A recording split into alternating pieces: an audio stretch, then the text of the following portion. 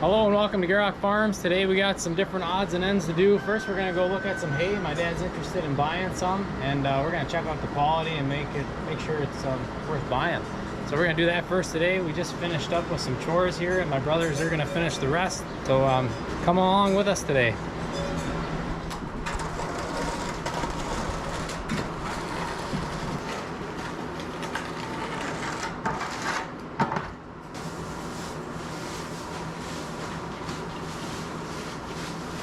So we're on our way out there, and we figured we'd talk a little bit about why we're choosing to buy some hay. You know, instead of putting more potash on, we figured it'd be cheaper to buy some hay from out west. I don't know if you want to talk a little bit about that. The last several years now, I mean, we used to rent some land, and then those things never hold up. They change, land gets sold or something, so you don't know. It's not for sure. So instead of trying to do more of that, I feel we should just maybe buy a truckload every year, more like insurance. I think we're going to probably have enough of what we got our own, but I never like to be down to nothing.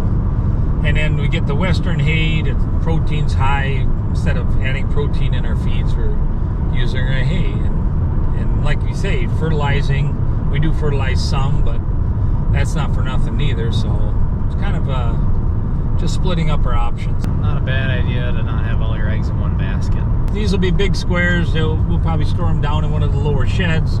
All the little squares are in the hay loft. I mean, so we kind of got a little of both. So we got some options when we feed. Them cows, they really liked it last winter. They loved that hay you had last time. The thing I like the best, they don't waste one crumb of that. We get very cautious about how we feed it so that they're able to eat it all. And there might be some sticks left at the end, and I'll let the heifers out to that after the cows are in, and there's nothing left. So it's 100% used. And some of the hay we make, once in a while, there's some stuff that don't get made as good as you'd like, and maybe gets used for bedding, but yeah, I think this is out west under an irrigator, and it's one of them deals where they shut the irrigator off and then they bail at night. So it's a dry climate, and it's very controlled, and it makes a pretty good hay. Yeah, they can usually get it exactly the way they'd like to get it because of that. Here we're at the mercy line. We got a lot of humidity. I mean, that's the thing. Now this week we just finished some of our second crop, just a few small fields, and it's perfect. The humidity is low, but again, it's all about timing. We had to make our hay when it was time, and I usually get straw from this guy too, and he said the wheat straw isn't. We're what, in late July here now, so that isn't quite out there yet, but I usually get a load from him every year of that, and we just use that under our milking cows. My youngest brother, he's with us too, and he just went on a trip. You want to tell him about your trip? It was really long and kind of sucked because we had to drive a lot, but it was fun otherwise. Yeah, you got to see the ocean for the first time, right? It was great. It was really windy, and the sand was super hot, and it was pretty nice, but yeah, finally back, and I'm glad to be back. Yeah, usually them trips, and they get to be longer than 3 days, you get pretty wore out.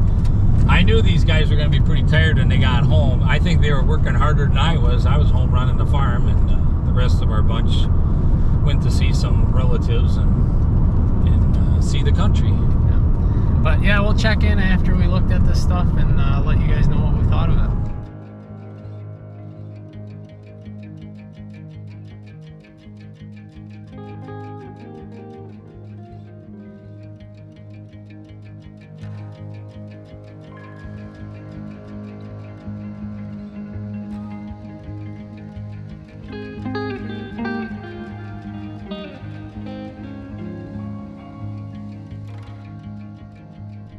We got done looking at that hay, and Dad ended up buying some. He was satisfied with what he's seen. They had, what, 3 different types of options there when it came to hay? And it comes from different parts of the Midwest there, but yeah, he had some pretty good stuff. I've dealt with this guy many times, and he's always good about handling quality. So I'm going to keep going with him when we need product. He had some grassier stuff from northern Minnesota, almost by the Canadian border, and that was more stemmy, but it looked nice. It was pretty green. And was it from this year he got that? And then the stuff we bought is second crop, which is a little bit finer and a lot of leaves in it. Yeah, it's not cheap, but it had a lot of protein in it. Oh yeah, but I think if we're rationing it, that won't be their full ration. So I think but it wasn't. It was more powdery. It didn't seem like it held together. I think all of it was good. Yeah. It's just that, you know, there's good, and then there's The best. good, and then there's a little better. Yeah, you know, yeah. so I guess in most of it was only within 20 bucks a ton difference. So you might as well get the stuff you know they're going to eat all of it up, and not have to be concerned about a little waste or something like that. So that might be showing up this week. But we're on our way home now. We actually stopped and we had some food at we seen a sign for some cancer benefit. That was nice. Yeah, kind of nice, a small town thing there going, and Yeah, had a little dinner. I had to treat my boys here to a little something. Yeah, it was worth the trip coming along now. But anyways, we're on the way home now. There's a little hay to bale in the meadow once we get back, and some other stuff to do as well. Yeah, we got a little bit of manure I got to haul, and then we got a little riprap we want to put in a spot where the cat did fix up some ditches. So while it's dry now, we're going to see if we can get that in there, and for whatever else that we need to do. So we'll see you guys when we get back to the farm. So we're back here on the farm. My dad, he's taking a load of manure up on the hill. He's gonna start spreading that. I'm gonna get the baler out of the shed here. There's maybe only like 2-3 acres down there to bale, so it's not a whole lot. But I'm gonna dig that out of the shed, hook up the wagon, and then we'll meet him up there, and we'll bale that piece.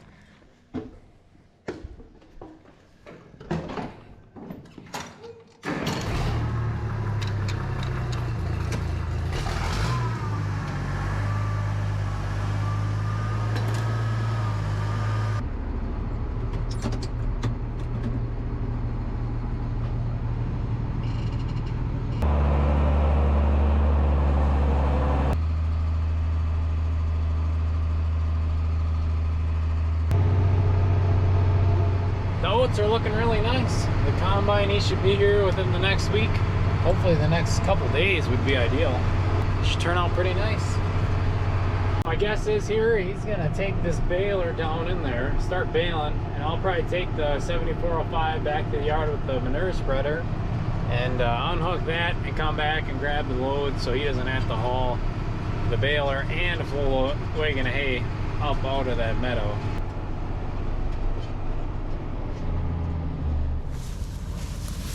See how it's starting to lay down. There's so much grass, but there's alfalfa and everything's in there. See, I usually roll it like that. It seems to chaff out really good.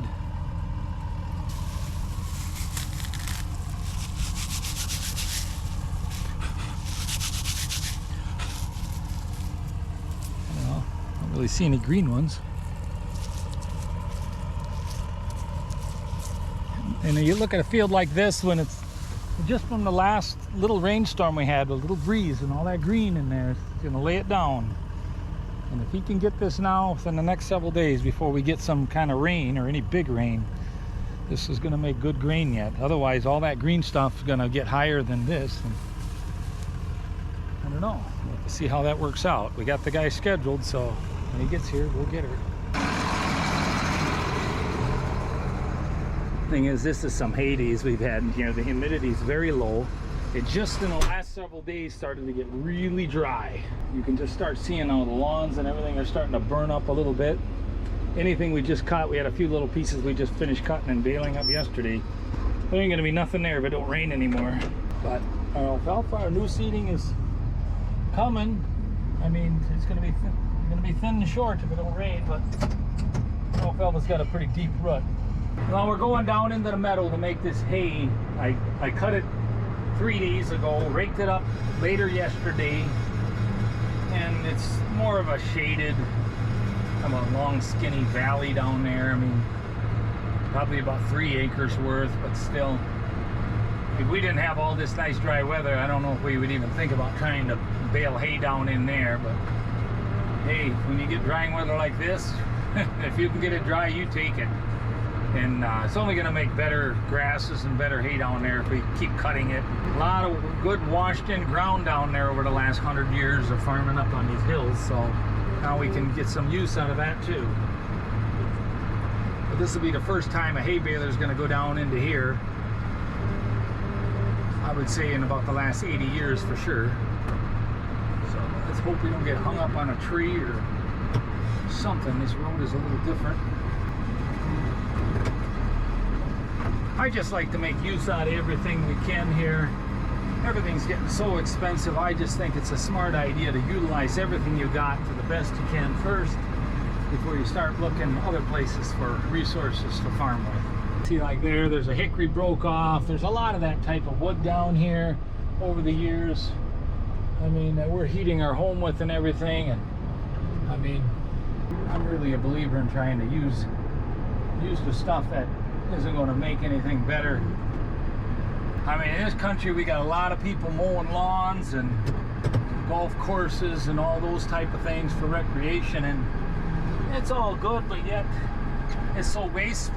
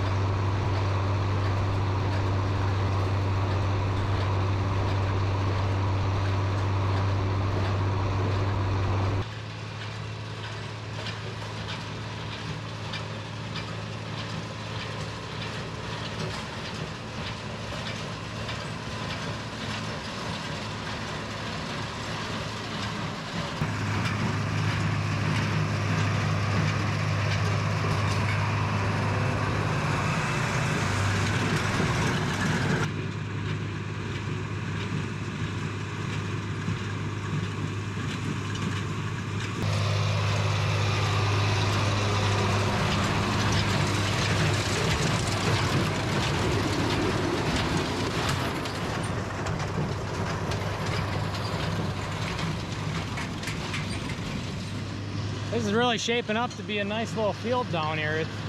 I remember when it used to be all woods. I used to have a tree stand as a kid right down here in the center in an old box elder tree.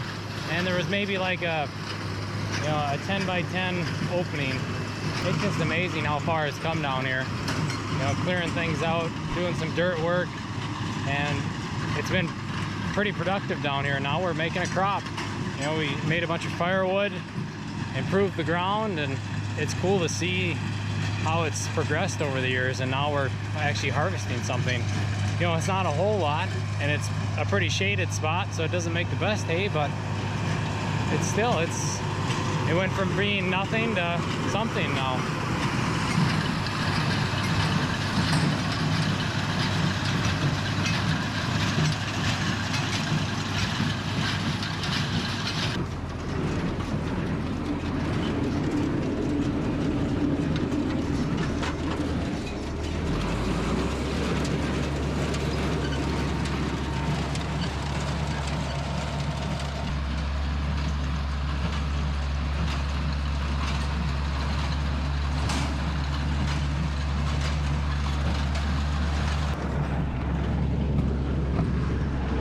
Had a tree branch to try getting into the baler. Had to unhook the wagon so I could get around this little nook. Now, by no means is this the most premium hay we've ever baled, but it's still a crop.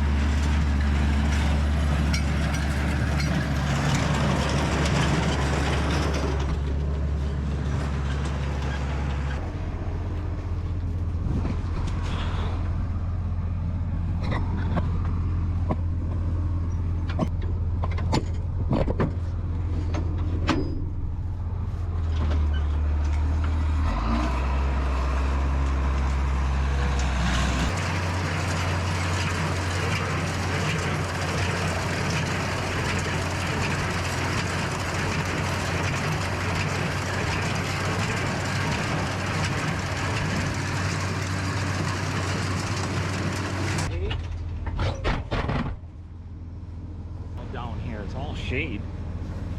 But that last stuff I baled under those trees over there, I like to always leave like a short windrow out in the open that's drier, because so we're done with second crop. We're done until we do straw. I don't like to leave some green hay in the chambers or in the baler, so I'll have a short row of some dry stuff in the center to... Yeah, so that wet stuff doesn't sit in the baler over the next month and molds. Well, even a week, it just turns to manure. Yeah, it keeps your equipment a lot nicer. And this is something to think about. I'm gonna put the teeth up. We're gonna get out of here. I'll wait for you on top. Make sure you get out without. Just use your posi traction when you. I ain't too worried about it.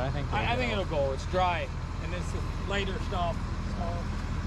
So. He's chopped down here before, so I think this load will be nothing getting up and out of here.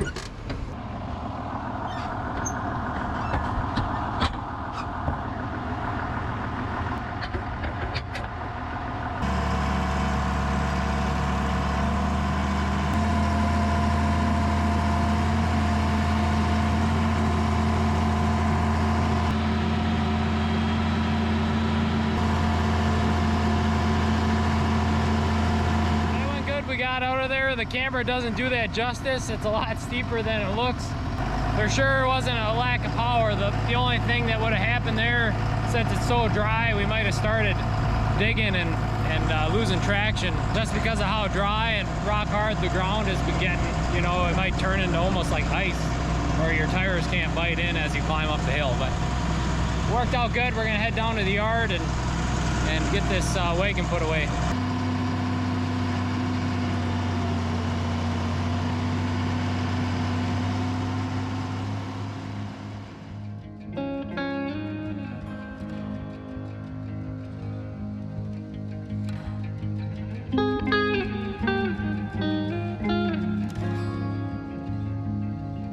Well, it's been a pretty productive day so far. Got some hay bought, got some hay made. It wasn't a whole lot, but we got some made. It's a pretty good feeling. Like we were saying, it's good to have a surplus. We kind of view that as insurance, especially if we get a dry August and September. We might not get a whole heck of a lot of third crops, so it's not a bad idea to kind of plan ahead and buy some ahead of time to play it on the safe side. So we're gonna end off the video here. We still got plenty to do around here today, but I think this one's getting a little long. So leave a comment down below what hay's bringing in your area. We'd be happy to hear about it, price per ton or price per bale. We'd be interested to know what it's bringing across the country. Also, if you haven't already, make sure to like and subscribe, but we'll see you next time.